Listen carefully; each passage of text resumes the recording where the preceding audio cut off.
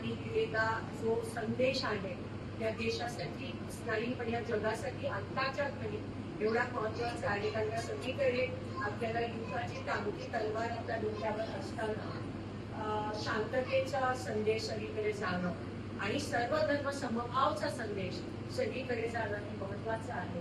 आणि ह्या प्रशिक्षणाच्या माध्यमातून मी पुढच्या पिढीला हा संदेश द्याल अशी आशा मी बाळगते. तो संदेश लोकांपर्यंत पोहोचवण्यासाठी माझ्याकडून कधी काही लागलं तर तुझीच कन्या तुझीच बहीण म्हणून मी सदैव सेवेसाठी हजर आहे.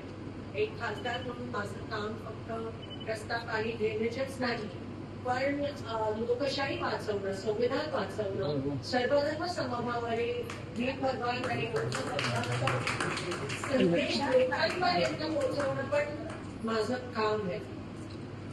आज या गोष्टीचं वाईट वाटतं कारण आज आरक्षणाचे विषय निघतात, खासगीकरणाचे विषय निघतात. खासगीकरणामुळे आरक्षण रद्द होत चाललंय याचा विषय निघतो. आज जाती जनगणना चा विषय राहुलजींनी काढला त्याच्यामुळे एकदम पीडित जे मागासवर्गीय त्यांना पण न्याय मिळेल. आणि या गोष्टीचं वाईट वाटतं की आज आरक्षणाचं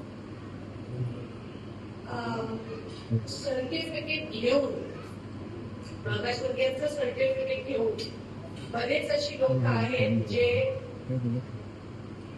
सर्टिफिकेट घेतात पण मतदान एक जातीयवादी आणि धर्मावर राजकारण करणाऱ्या पक्षाला देतात. ही शोकांतिका